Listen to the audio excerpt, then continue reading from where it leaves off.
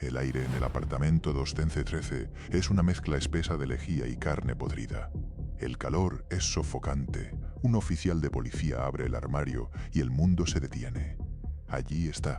Un barril azul de 57 litros domina el rincón. El silencio es absoluto hasta que el metal cruje bajo la presión de lo que guarda dentro. No es solo basura. Es un rompecabezas de huesos y remordimientos sumergidos en ácido. El oficial retrocede mientras el hedor le golpea la garganta. ¿Cuántas vidas caben realmente en un recipiente de plástico? El zumbido de la broca eléctrica era el único sonido que habitaba el sótano. Se detuvo en seco. El silencio que siguió pesaba más que el propio acero, cargado de un vapor agrio que irritaba las mucosas de cualquiera que se atreviera a respirar sin filtro. Sobre el suelo de cemento, el barril de polietileno azul destacaba como un altar industrial, frío y geométrico. El ácido clorhídrico al 37% ya aguardaba en su interior. Es un líquido hambriento. Su transparencia engañosa oculta una capacidad de desintegración casi absoluta, una paciencia química que no entiende de piedad ni de remordimientos. El método no admitía errores. Antes de que el cuerpo fuera entregado al abrazo corrosivo, la técnica de taladrado craneal se ejecutó con una precisión que rozaba lo quirúrgico. 3 orificios equidistantes perforaban el hueso parietal. La entrada del metal en la estructura ósea fue limpia, dejando apenas un rastro de polvo blanco sobre la piel ya pálida. Estos canales no eran aleatorios. Su propósito era permitir que el clorhídrico inundara la cavidad endocraneal de forma inmediata, licuando el tejido cerebral antes de que los gases de la descomposición pudieran hinchar el torso. La ciencia del borrado total requiere técnica. El vapor blanquecino comenzó a emanar de la boca del barril en cuanto la materia orgánica entró en contacto con el reactivo. La reacción exotérmica elevó la temperatura del plástico, que crujía levemente bajo la presión del proceso. No hubo salpicaduras. El verdugo observaba el cronómetro con una calma gélida, una quietud que solo poseen aquellos que han comprendido que la existencia no es más que una serie de enlaces químicos fáciles de romper. La carne se desprendía de los fémures en capas gelatinosas. El ácido trabajaba en la oscuridad del recipiente, transformando la identidad en un lodo negro e irreconocible. Cada pocos minutos, una burbuja de gas atrapado subía a la superficie, estallando con un susurro húmedo. El cráneo, ahora sumergido por completo, empezaba a perder su dureza caliza. Las costillas se volvían flexibles como el cartílago. En el rincón, las herramientas descansaban ordenadas sobre un paño de algodón. El taladro, aún caliente, conservaba una mínima brizna de tejido en la punta de la broca. El sótano permanecía ajeno al mundo exterior, convertido en un laboratorio de la nada donde el azul del plástico era el único color que sobrevivía a la penumbra. El proceso de disolución continuaba su curso lento y metódico. Nada quedará para el análisis forense. El olvido tiene el aroma punzante del cloro y la textura del polímero reforzado. El hombre deslizó una pinza de acero inoxidable para retirar aquella brizna de tejido que aún se aferraba a la espiral de la broca. Era un fragmento minúsculo, apenas 3 milímetros de una existencia que, hasta hacía 2 horas, poseía nombre, miedos y una dirección postal. Con una parsimonia casi religiosa, depositó el resto orgánico en el interior del barril, observando cómo el ácido lo recibía con una efervescencia instantánea, una diminuta danza de burbujas que terminó en la nada. La habitación, a pesar de los extractores de aire que zumbaban con una frecuencia monótona en las esquinas superiores, comenzaba a saturarse de un calor denso. La reacción química era vigorosa. El polietileno azul, diseñado para resistir la corrosión, se sentía caliente al tacto a través de los guantes de nitrilo. El verdugo apoyó las palmas sobre la superficie curva del recipiente, cerrando los ojos para sentir la vibración del proceso. Era el latido de una digestión artificial, el pulso de un estómago industrial que no conocía la saciedad. 54 minutos después del inicio, el nivel del líquido en el barril descendió ligeramente, señal de que la estructura ósea principal comenzaba a colapsar. El cráneo, debilitado por los 3 orificios estratégicos, se habría fracturado ya bajo su propio peso, permitiendo que el clorhídrico devorara el tejido esponjoso del interior. No había ruidos de rotura, solo ese siseo constante, un susurro que recordaba al oleaje de una playa lejana, pero con un trasfondo metálico y letal. De pronto, un sonido distinto quebró la hegemonía del sótano. No provenía del barril, sino de la parte superior de la casa. Un golpe seco, rítmico. Alguien llamaba a la puerta principal. El hombre no se sobresaltó. Su pulso se mantuvo en 60 pulsaciones por minuto. Una calma cimentada en la convicción de que el mundo exterior era una ficción irrelevante frente a la realidad química que burbujeaba ante él. Sin embargo, el protocolo exigía silencio. Apagó el interruptor de los extractores. El silencio repentino fue tan violento que pareció doler en los oídos. Los golpes se repitieron, esta vez más fuertes. 4 impactos sobre la madera de roble de la entrada. El verdugo permaneció inmóvil, con la mirada fija en la escalera de cemento que conducía a la planta superior.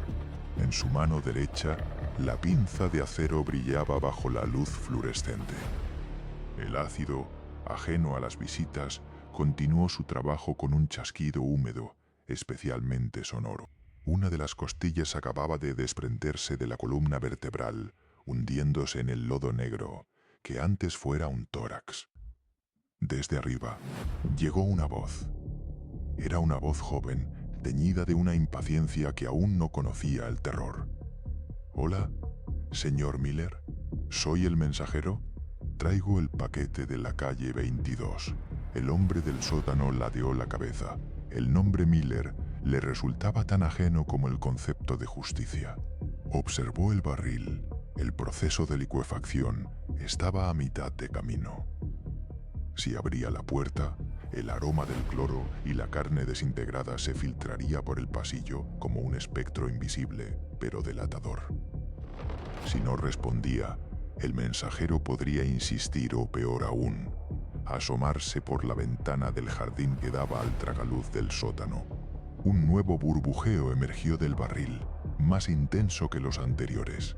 El ácido había alcanzado el contenido gástrico del cuerpo, provocando una reacción imprevista que liberó un vaho amarillento.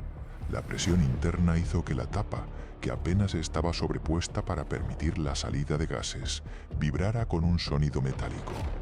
¿Hay alguien?, insistió la voz, ahora más cerca de la ventana exterior. El verdugo dejó la pinza sobre el paño de algodón y caminó hacia la sombra donde la luz de los tubos no llegaba. Sus botas de goma no emitieron sonido alguno sobre el cemento. Se detuvo justo debajo de la pequeña rendija de ventilación, donde podía ver, a través del vidrio reforzado y sucio, los zapatos deportivos del joven que esperaba fuera. 2 metros de distancia separaban la luz del sol de aquel laboratorio de la nada. El joven se inclinó, sombreando el vidrio con las manos para intentar ver hacia el interior del sótano. El verdugo contuvo el aliento, no por miedo, sino por cálculo. En el barril, algo volvió a crujir. Un fémur, privado de su calcio, se doblaba ahora como una rama verde antes de rendirse por completo a la solución. El sonido fue lo suficientemente alto como para que el mensajero se quedara paralizado, con la oreja pegada al cristal. El muchacho de la mensajería parpadeó, pegando tanto la nariz al vidrio que el aliento comenzó a empañar la superficie, creando un círculo de humedad que enturbiaba aún más la visión del sótano. Aquel crujido no había sido normal. No había sonado como una tubería vieja, ni como el asentamiento natural de una casa de madera. Había sido un sonido orgánico, seco, seguido de un siseo que recordaba al de una freidora sumergida en agua. «¿Señor Miller?», repitió el joven, con un hilo de duda quebrándole la voz. «Escuche, si está ahí abajo, creo que tiene una fuga. Huele a lejía o a algo quemado». El verdugo, oculto en la penumbra, observó cómo el vaho amarillento comenzaba a serpentear por el borde de la tapa del barril. La reacción química del ácido con los jugos gástricos y la bilis estaba generando una presión gaseosa que no había previsto en sus cálculos iniciales. Si el gas alcanzaba la rejilla de ventilación, el muchacho no solo olería la muerte, sino que sus pulmones recibirían la primera caricia de un vapor altamente corrosivo. Con una parsimonia aterradora, el hombre retrocedió 2 pasos. Sus ojos, acostumbrados a la luz mortecina de los tubos fluorescentes, detectaron un movimiento en el suelo, una pequeña mancha de lodo oscuro que se deslizaba por la curvatura del barril. El recipiente estaba rebosando. La ebullición química era tan violenta que el contenido, ahora una sopa espesa de calcio disuelto y tejidos desnaturalizados, buscaba una salida. Arriba, el mensajero se apartó de la ventana, pero no para irse. El verdugo escuchó el eco de unos pasos sobre la grava del jardín, dirigiéndose hacia la puerta lateral que conectaba con la cocina. El chico estaba buscando otra entrada, impulsado por una mezcla de civismo imprudente y curiosidad juvenil. «Maldita sea», susurró el hombre, y su propia voz le sonó extraña, como si no la hubiera usado en décadas. Se quitó el delantal de plástico reforzado con un movimiento fluido. Debajo, vestía una camisa blanca impecable, cuyas mangas estaban cuidadosamente remangadas hasta los codos. No podía permitir que el joven entrara en la casa, no porque temiera la ley, sino porque la interrupción arruinaría la pureza del proceso. La desintegración requería tiempo, una paciencia casi religiosa que aquel intruso estaba profanando con sus golpes y sus llamadas. Subió los escalones de cemento de 3 en 3, sin hacer ruido, sintiendo cómo el aire de la planta superior, cargado de un rancio olor a cera para muebles y polvo, golpeaba su rostro. Se detuvo ante la puerta de la cocina justo cuando el pomo comenzaba a girar. El mensajero había descubierto que la cerradura estaba abierta. El verdugo esperó detrás del marco de la puerta. Su mano derecha, todavía húmeda por el sudor dentro del guante de látex que acababa de quitarse, buscó en el bolsillo de su pantalón un pequeño bisturí de acero quirúrgico que siempre llevaba consigo. Era una herramienta de precisión de apenas 5 centímetros de hoja, pero suficiente para silenciar cualquier pregunta innecesaria. La puerta de la cocina se abrió con un gemido de las bisagras. Una luz dorada y oblicua de atardecer inundó el pasillo, revelando las partículas de polvo que bailaban en el aire. El joven entró con cautela, sosteniendo un sobreacolchado en su mano izquierda. «¿Señor Miller?», llamó de nuevo, esta vez con un volumen más bajo, casi un susurro. «He entrado porque, bueno, la puerta estaba abierta y me pareció oír algo en el sótano». El mensajero se detuvo a escasos 2 metros de donde el hombre acechaba. El chico arrugó la nariz. El hedor ya estaba allí. No era solo el cloro, era ese aroma dulzón, metálico y nauseabundo que desprende la carne cuando se separa de la vida por medios artificiales. El joven miró hacia el suelo y vio algo que lo dejó petrificado. Una huella húmeda de un color amarillento que el verdugo había dejado al subir las escaleras.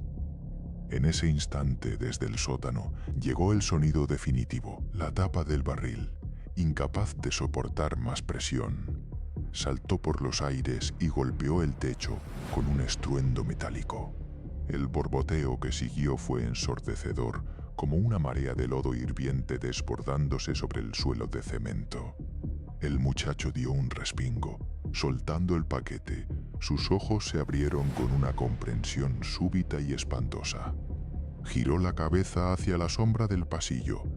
donde la figura del hombre comenzó a materializarse.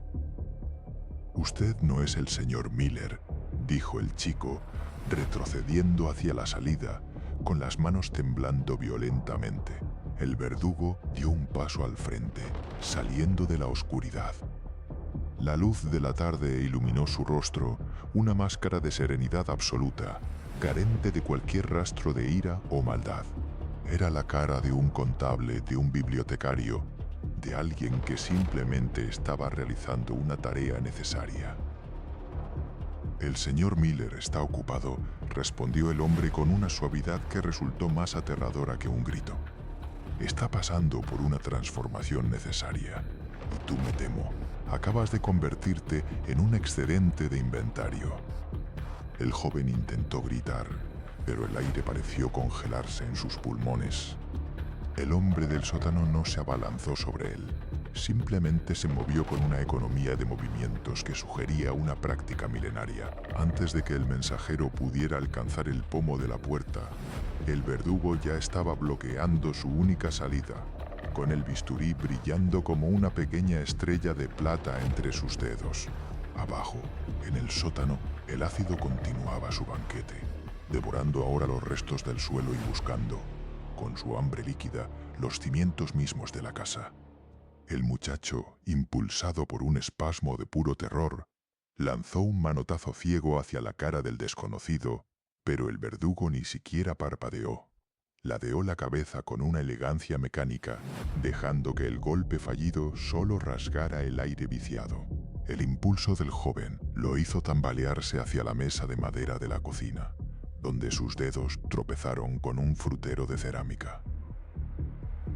«No lo hagas más difícil», sugirió el hombre, cuya voz conservaba una modulación tan plana que resultaba obscena.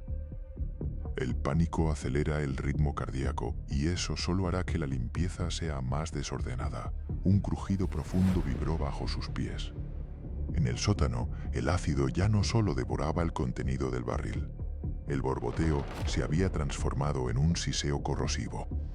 Una columna de vapor blanquecino, cargada de un olor que quemaba las fosas nasales, comenzó a reptar por la escalera, lamiendo los bordes de la puerta entreabierta. El suelo de madera de la planta superior soltó un quejido de agonía cuando las vigas maestras empezaron a ceder ante el hambre química que subía desde las profundidades. El mensajero, con las pupilas dilatadas hasta el punto de borrar el color de su iris, vio una oportunidad.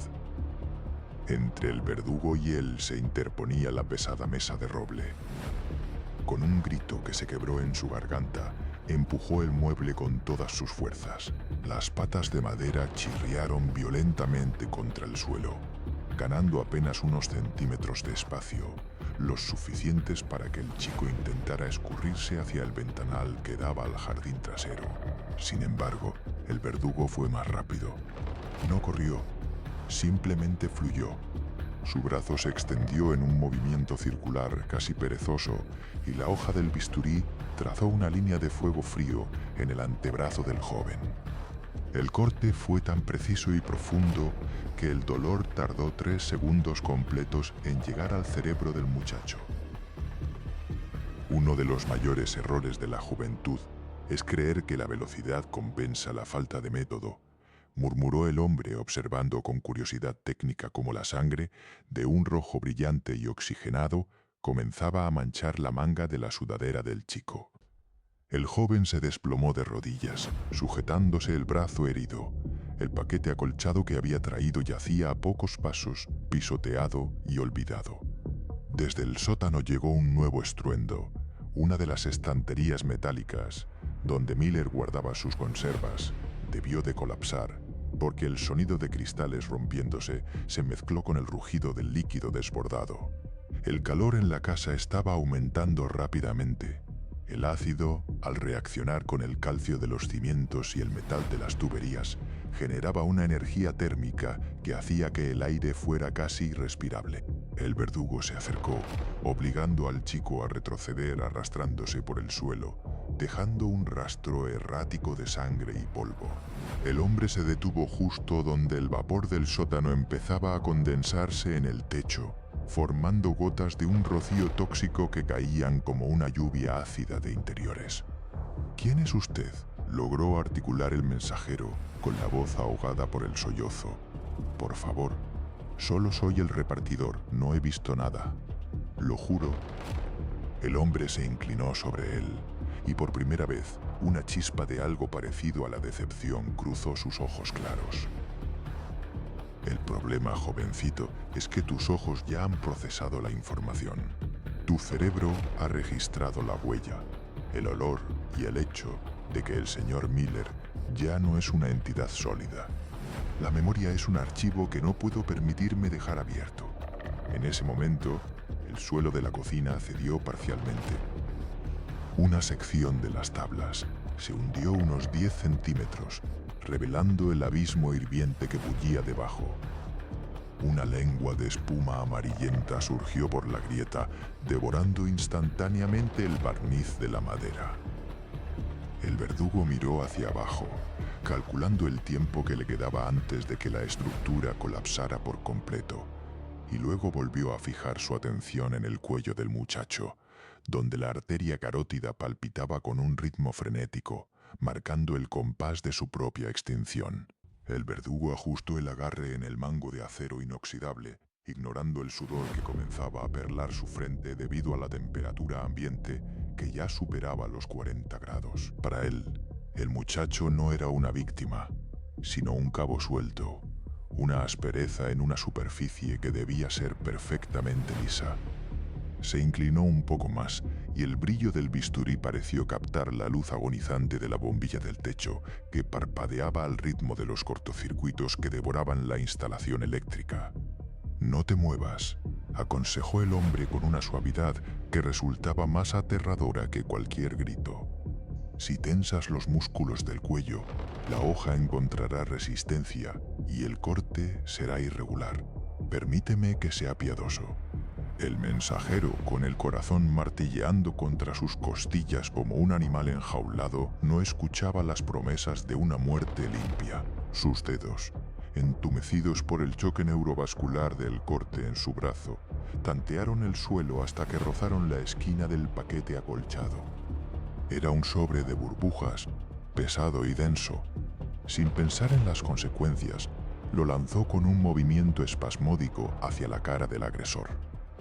El verdugo, sorprendido por aquel estallido de energía en un cuerpo que ya consideraba vencido, ladeó la cabeza con una elegancia felina. El paquete apenas le rozó el hombro antes de caer directamente en la grieta abierta del suelo. El efecto fue inmediato. Al contacto con el caldo corrosivo que bullía debajo, el contenido del paquete, fuesen cuales fuesen los químicos o componentes que Miller había encargado de forma clandestina, reaccionó de manera violenta. Una llamarada de color verde eléctrico brotó de la fisura, seguida de una densa columna de humo negro que olía a caucho quemado y ozono. La pequeña explosión de presión hizo que dos de las tablas del suelo saltaran por los aires como astillas de metralla. Una de esas astillas, de unos 15 centímetros de largo, se incrustó en el muslo del verdugo. El hombre soltó un gruñido seco, un sonido puramente animal que rompió su máscara de frialdad. Retrocedió un paso, perdiendo el equilibrio por una fracción de segundo, mientras el suelo bajo sus pies vibraba con una intensidad sísmica. El mensajero aprovechó ese instante de debilidad. Se impulsó con las piernas, ignorando el dolor lacerante de su brazo, y se lanzó hacia el ventanal. El cristal estaba empañado por el vapor ácido, lo que le impedía ver el jardín trasero, pero sabía que era su única salida. El verdugo, recuperando la compostura con una rapidez inhumana, arrancó la astilla de su pierna sin emitir un solo quejido y se lanzó tras él. Ya no había elegancia en sus movimientos, solo una determinación depredadora. «Es inútil», rugió el hombre, y por primera vez su voz perdió la cadencia melódica para volverse áspera como la lija. El chico alcanzó el marco del ventanal, Pero antes de que pudiera golpear el vidrio, una mano enguantada se cerró sobre su tobillo con la fuerza de una prensa hidráulica. El tirón fue tan violento que el rostro del joven impactó contra la madera del alféizar, rompiéndole el tabique nasal. La sangre comenzó a manchar el marco blanco mientras el muchacho luchaba por no ser arrastrado de vuelta hacia el centro de la cocina, donde el suelo seguía desintegrándose. Debajo de ellos, el rugido del ácido era ahora un coro de siseos y borbotones. La estructura de la casa crujía, cedía y se lamentaba. El calor era tan intenso que la pintura de las paredes empezaba a bombarse, formando ampollas que reventaban liberando un gas tóxico. El verdugo tiró de él con una mano mientras con la otra alzaba de nuevo el bisturí. Sin embargo, el destino de la casa Miller tenía otros planes. Con un estruendo ensordecedor, la viga maestra que sostenía la isla de la cocina terminó de disolverse. El suelo no solo cedió, sino que se hundió en un ángulo de 45 grados, creando una rampa directa hacia la piscina de efervescencia mortal que aguardaba en la oscuridad del sótano. Ambos hombres comenzaron a deslizarse.